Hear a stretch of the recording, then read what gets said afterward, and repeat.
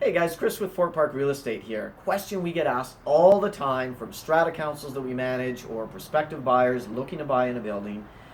For strata buildings, how much money do you have to have in your CRF? Now, if you don't know, your CRF is your contingency reserve fund, and it's mandated that you have to have that there. So there's kind of two answers to the question. Number one is how much the government says you have to have, and number two, just what makes sense if you're going to be buying into a building or if you're trying to manage a building. So the government says you have to have 25% of your current year's operating budget allocated for the CRF.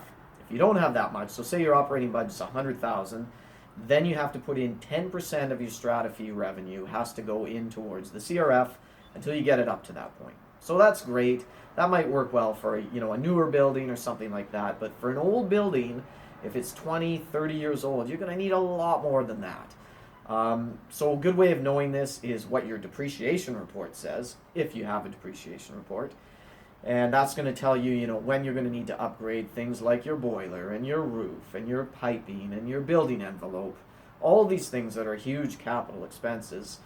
If you don't have a depreciation report, though, then it's kind of buyer beware. You really have to have a good inspection done.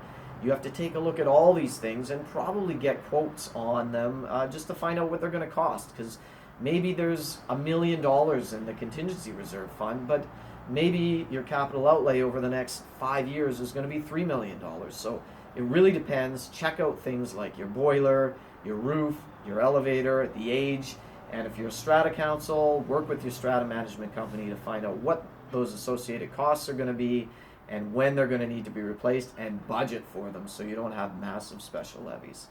So hope that answers that question for you. If you have any questions about strata management, please look us up.